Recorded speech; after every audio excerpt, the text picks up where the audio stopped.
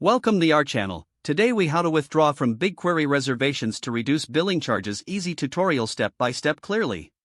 To withdraw from BigQuery reservations, first, log in to your Google Cloud Console. Navigate to the BigQuery section through the left-hand menu. Find the Reservations tab located within the BigQuery interface. Select the reservation you wish to withdraw from.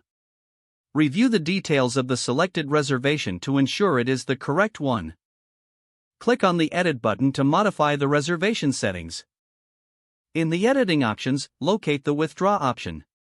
Confirm your withdrawal by clicking on the Withdraw button. A confirmation dialog may appear, verifying your action.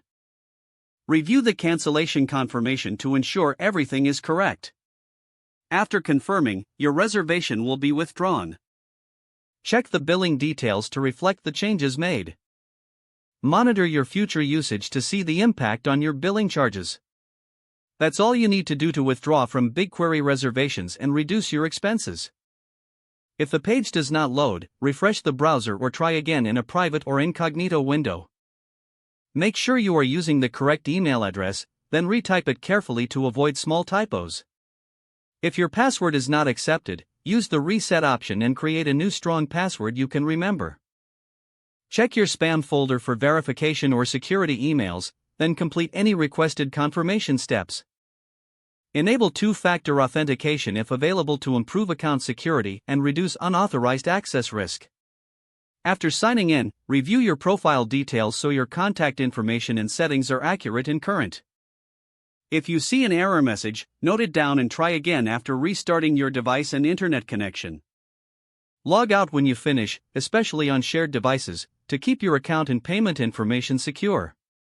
If the page does not load, refresh the browser or try again in a private or incognito window. Make sure you are using the correct email address, then retype it carefully to avoid small typos. If your password is not accepted, use the reset option and create a new strong password you can remember. Check your spam folder for verification or security emails, then complete any requested confirmation steps. Enable two-factor authentication if available to improve account security and reduce unauthorized access risk. After signing in, review your profile details so your contact information and settings are accurate and current. Don't forget to like this video and subscribe to our channel for more step-by-step tech guides.